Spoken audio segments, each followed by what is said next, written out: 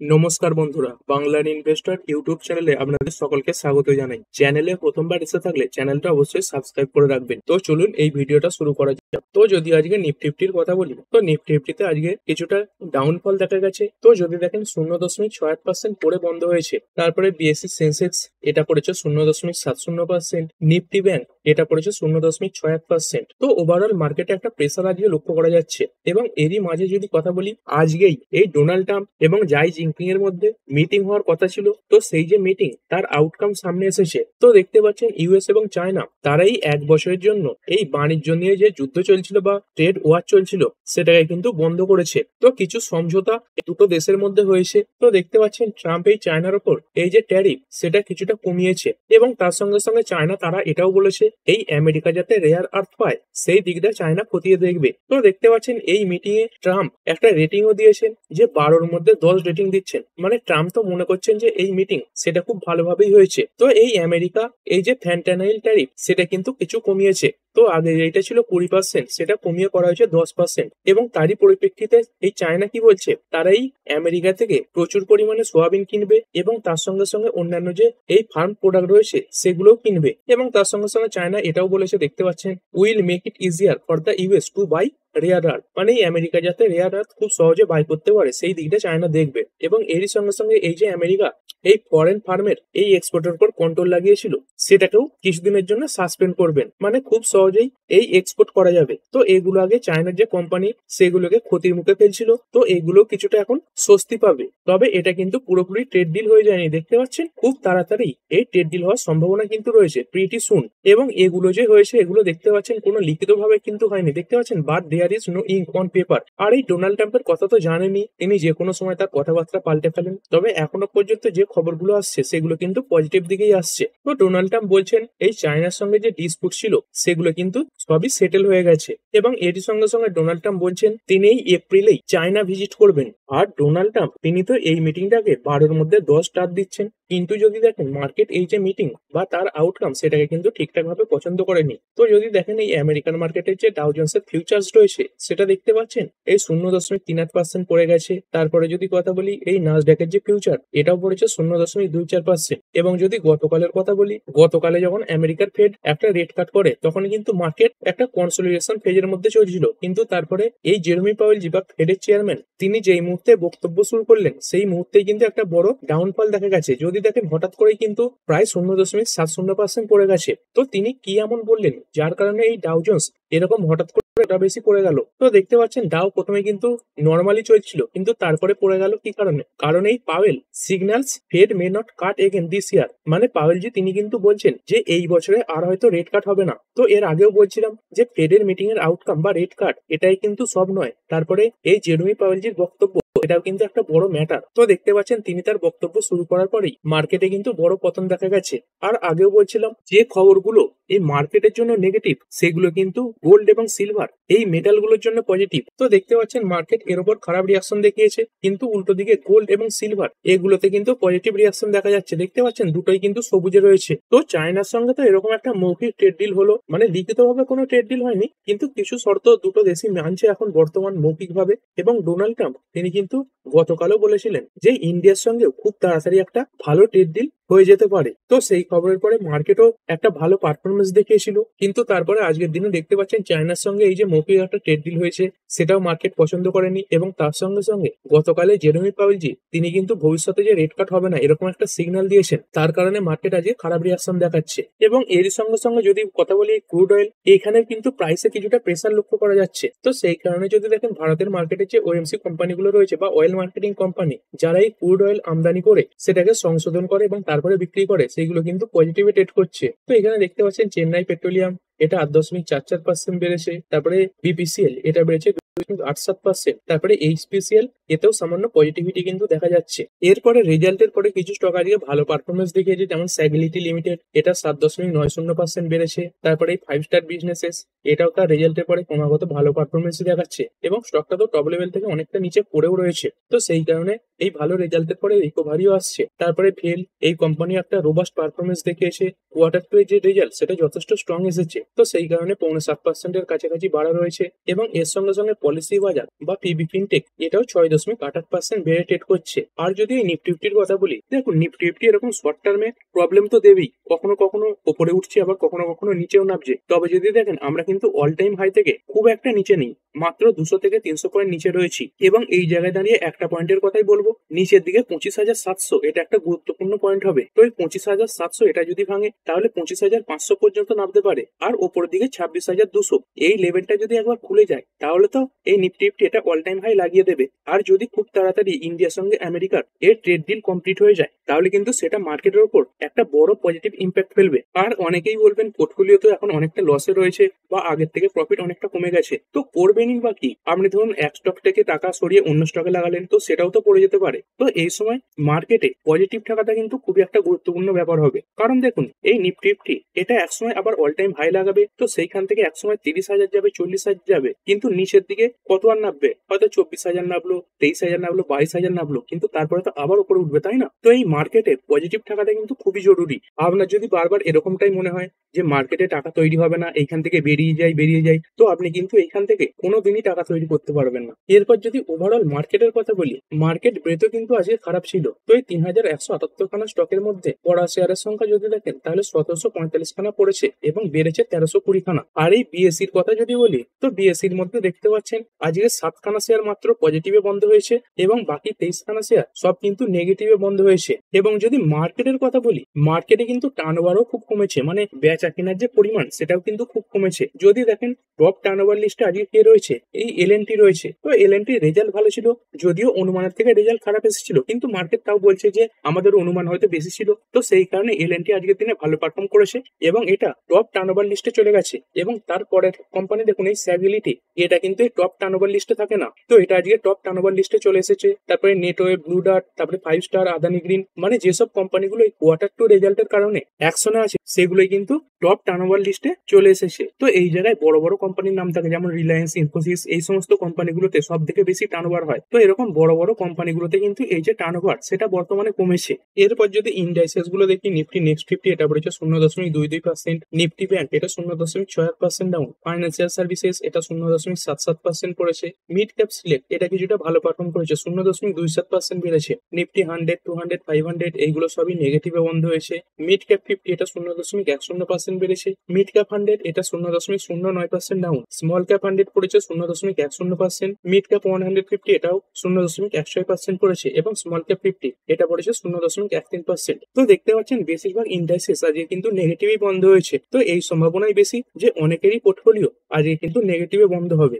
এবং যদি sector specific কথা বলি, তো সেক্টর ওয়াইজও কিন্তু আজকে বড় পতন দেখা গেছে। নিফটি অটো এটা 0.44% পড়েছে, ফাইন্যান্সিয়াল সার্ভিসেস এটা 0.72% ডাউন, এফএমসিজি এটাও প্রায় 0.5%-এর কাছাকাছি পড়া, আইটিও আজকে একটা ভালো প্রেসার তৈরি করেছে, 0.51% পড়েছে, নিফটি মিডিয়া এটা 0.29% ডাউন, মেটাল পড়েছে 0.45%, ফার্মা এটা 0.59% পড়েছে, পিএসইউ ব্যাংক পড়েছে 0.38%, এরপরে প্রাইভেট ব্যাংক এটা 0.74% পড়েছে এবং নিফটি রিয়ালটি এটা সামান্য পজিটিভে বন্ধ হয়েছে। এরপরে চলুন পড়া শেয়ার এবং বাড়া শেয়ার গুলো দেখে নিই। তো যদি বাড়া শেয়ারের কথা বলি, এই চেন্নাই পেট্রোলিয়াম কর্পোরেশন লিমিটেড রয়েছে। তো স্টকটা বিগত কয়েকদিন ধরেই ভালো পারফরমেন্স দেখাচ্ছে, যদি দেখেন 5 দিনেও প্রায় 15%-এর কাছাকাছি বেড়েছে। তারপরে 5 স্টার বিজনেসেস তো রেজাল্টের পর থেকেই ভালো পারফর্ম করছে, আজকে 5.28% বেড়েছে। তারপরে স্যাগিলিটি কোম্পানির রেজাল্ট অত্যন্ত স্ট্রং ছিল, তো আজকে 7.90% বেড়েও গেছে। তারপরে এমআরপিএল এটা 1.62% বেড়েছে। আর এরপরে যদি পড়া শেয়ার গুলোর কথা বলি, তো পড়া শেয়ারের মধ্যে প্রথম নাম দেখতে পাচ্ছেন ডক্টর রেড্ডি ল্যাব। তো এটা একটা বড় মাপের কোম্পানি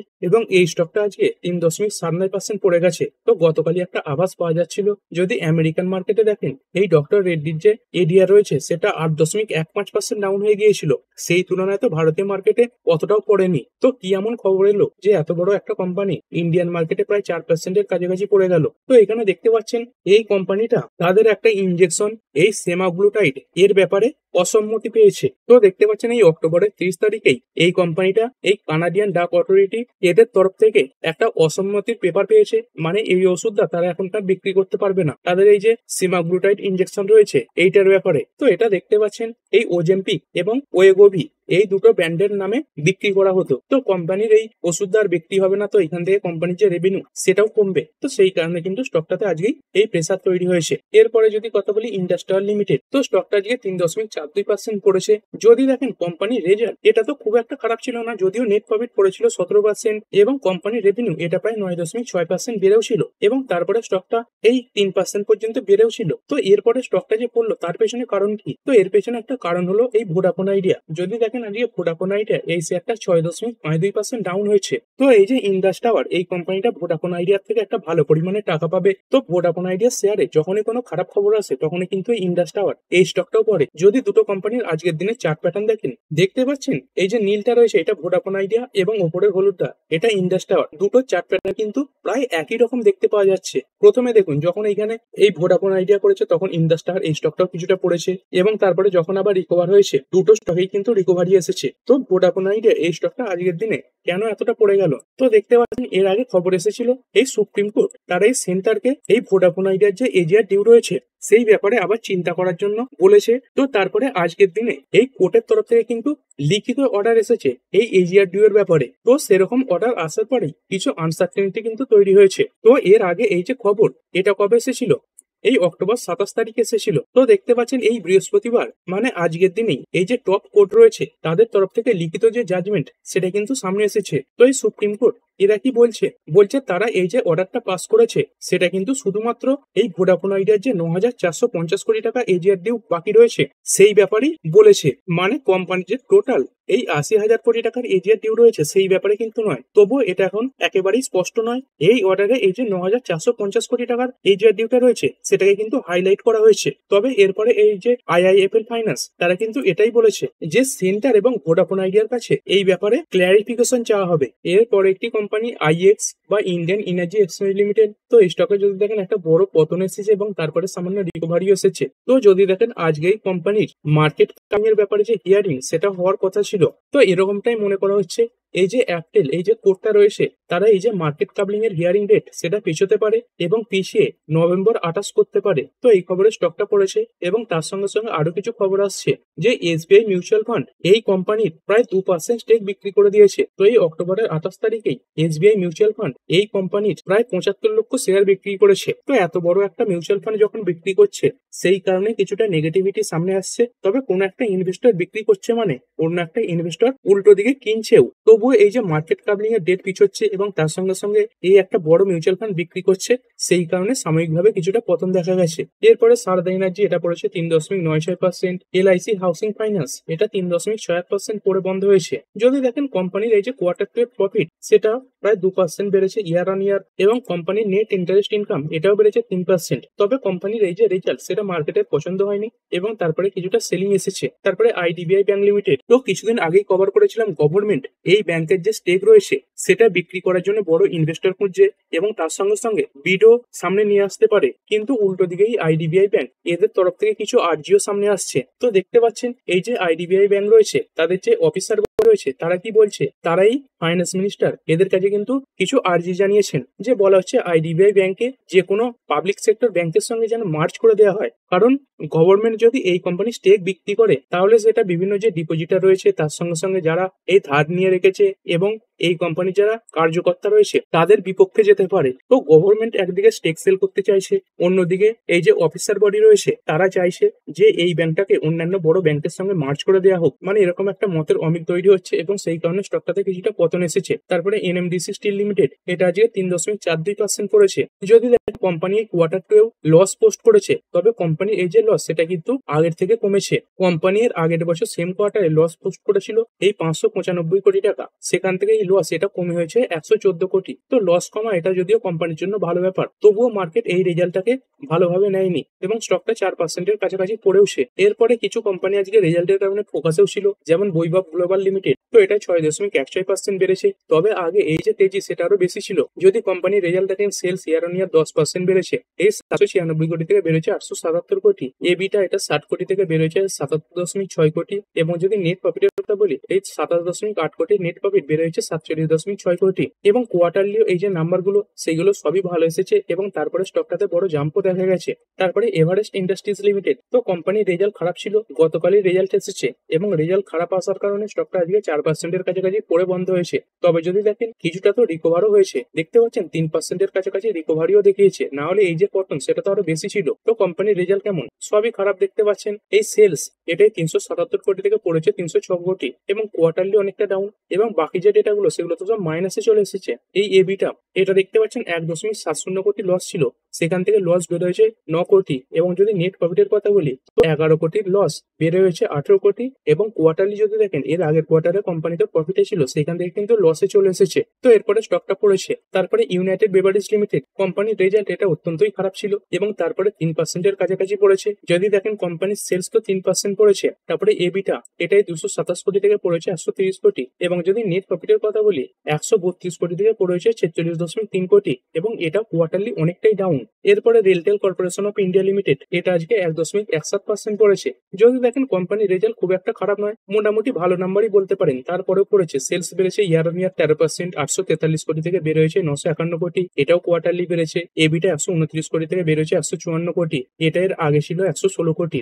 নেট প্রফিট 72.6 কোটি থেকে বের হয়েছে 76.1 কোটি, এবং এটাও কোয়ার্টারলি বাড়া রয়েছে। তারপরে স্টকটা কিছুটা পড়েছে। এরপরের কোম্পানি সেল বা স্টিল অথরিটি অফ ইন্ডিয়া, এটা 2.3% ডাউন হয়েছে। এই কোম্পানিরও রেজাল্ট খারাপ ছিল।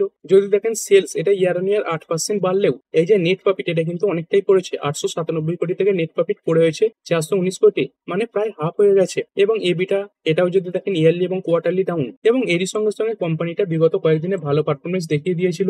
আর শুধু এই কোম্পানিটাই নয়, অন্যান্য মেটাল সেক্টরে কাজ করা কোম্পানিগুলো মেটাল ইন্ডেক্সের সঙ্গে সঙ্গে উপরে উঠছিল, এবং তারপরে রেজাল্টের পরে কিছুটা পতন এসেছে। আর এরপরে একটি কোম্পানি তো আজকে একটা বড় পতন দেখা গেছে, সেটা হচ্ছে এই ইক্সিগো। তো স্টকটা শুরুতেই অনেকটা গ্যাপ ডাউন হয়ে ওপেন হয়েছিল, তারপরে এটা অনেকটা পড়েও ছিল, এবং তারপরে আস্তে আস্তে কিছুটা উপর দিকে ওঠে। তো যদি দেখেন এই বটম লেভেল থেকে প্রায় কিন্তু 3%-এর কাছাকাছি রিকভারিও দেখিয়েছে। তো কি কারণে স্টকটা আজকে এত পড়লো? তো কোম্পানির রেজাল্ট এটা তো দেখে খারাপই মনে হচ্ছে। যদি সেলস দেখেন এটা কিন্তু বেড়েছে 37%, মানে ব্যবসায়িক লেভেলে সেরকম কিন্তু খারাপ কিছু নেই। এই 206 কোটির সেলস বের হয়েছে 283 কোটি, তারপরের ডেটাগুলো কিন্তু খারাপ হয়ে গেছে। তো কোম্পানির কিছু এক্সেপশনাল আইটেমের কারণে এই যে ডেটাগুলো সেগুলো কিন্তু এত পড়েছে। এবিটা দেখতে পাচ্ছেন 132% ডাউন হয়ে গেছে। নেট প্রফিটে তো নেই, উল্টে বরং লস করেছে। এই 13 কোটির নেট প্রফিট কমে হয়েছে 3.47 কোটি, যেটার আগের কোয়ার্টারে ছিল 19 কোটি। তো আপাত দৃষ্টিতে কোম্পানির যে রেজাল্ট সেটা দেখে খারাপ মনে হবে, কিন্তু এর আগেও বলেছি কোম্পানির রেজাল্ট পড়া এত কিন্তু সহজ নয়। তো তার জন্য আরো কিছু জিনিস দেখতে হয়, কোম্পানি কি বলছে,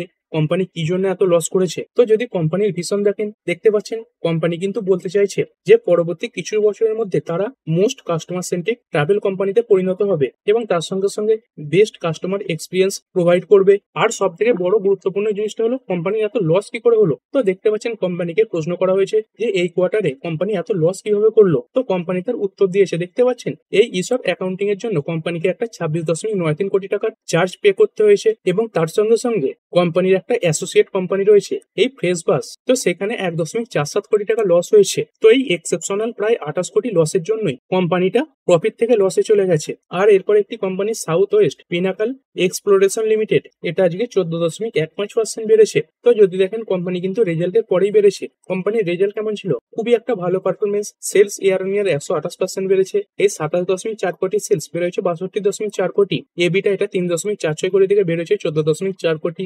নেট প্রফিট এটাই 40 লাখ থেকে বের হয়েছে 8.36 কোটি। তো দেখতে পাচ্ছেন একদমই একটা রোবাস্ট পারফরমেন্স এই কোম্পানি দেখিয়েছে, এবং তারপরে বেড়েছে। আর এরপরে আজকের এই কোয়ার্টার টু এর আর্নিং নিয়ে যদি কথা বলি, তো আজকেও বড় বড় অনেক কোম্পানি তার রেজাল্ট পেশ করবে। যেমন দেখতে পাচ্ছেন আইটিসির নাম রয়েছে, এনটিপিসি রয়েছে, তারপরে সুইগি, আদানি পাওয়ার রয়েছে, তারপরে ডিএলএফ রয়েছে, হুন্দাই মোটর, তারপরে পিডিলাইট, সিবলা, তারপরে ডাবর ইন্ডিয়া রয়েছে, আদিত্য বিড়লা ক্যাপিটাল, কোরোমান্ডাল ইন্টারন্যাশনাল, তারপরে এক্সাইড ইন্ডাস্ট্রি রয়েছে, জিলেট ইন্ডিয়া রয়েছে, বন্ধন ব্যাংক। তো এরকম অনেক বড় বড় কোম্পানি তার রেজাল্ট পেশ করবে। আর এরপরে যদি নিফটি ফিফটির কথা বলি, তো 10টা কোম্পানি আজকে পজিটিভে বন্ধ হয়েছে, এবং 40টা কোম্পানি নেগেটিভে বন্ধ হয়েছে। তো যার মধ্যে দেখতে পাচ্ছেন কোল ইন্ডিয়া এটা 1.58% বেড়েছে, এলএনটি বেড়েছে 0.79%, হিন্ডেলকো এটা 0.79% বাড়া, তারপরে পেল এটা বেড়েছে 0.74% এবং নেসলে ইন্ডিয়া এটা 0.55% বেড়েছে। আর পড়া শেয়ারগুলোর যদি কথা বলি, তো পড়া শেয়ারের মধ্যে ডক্টর রেড্ডি রয়েছে, এটা 3.97% পড়েছে। তারপরে সিবলা এটা পড়েছে 2.54%, এইচডিএফসি লাইফ এটা পড়েছে 2.01%, ইন্ডিগো এটা পড়েছে 1.68% এবং ভারতী এয়ারটেল এটা 1.5% পড়ে বন্ধ হয়েছে। তো এই ভিডিওটা এখানেই শেষ করছি। পরবর্তী ভিডিওতে আরো কিছু স্টক স্পেসিফিক, তারপরে গ্লোবাল নিউজ এবং কোম্পানিগুলোর কোয়ার্টার টু এর যে রেজাল্ট সেগুলো নিয়ে আলোচনা করা হবে। তো ঠিক আছে বন্ধুরা, আশা করছি ভিডিওটা আপনাদের ভালো লেগেছে। আপনি চাইলে এটাকে লাইক এবং শেয়ার করতে পারেন। আর শেয়ার মার্কেট সংক্রান্ত ডেইলি নিউজ আপডেট পেতে চ্যানেলটা সাবস্ক্রাইব করে রাখবেন এবং পাশে থাকা বেল আইকনটি টিপে অল অবশ্যই সিলেক্ট করে রাখবেন, যাতে পরবর্তী ভিডিওর নোটিফিকেশন আপনার কাছে সময় মতো পৌঁছে যায়। আর হ্যাঁ, ভিডিওটি শুধুমাত্র ইনফরমেশন এবং এডুকেশনাল পারপাসের জন্য বানানো হয়েছে। আমি সেবি রেজিস্টার্ড নই, তাই কোনো প্রকার শেয়ারে কোনো প্রকার বাই, সেল, হোল্ড বা অ্যাভারেজ করার কোনো সিদ্ধান্ত নেওয়ার আগে আপনার যে ফাইন্যান্সিয়াল অ্যাডভাইজার আছে তার সঙ্গে অবশ্যই আলোচনা করবেন। দেখা হচ্ছে পরের ভিডিওতে। ধন্যবাদ।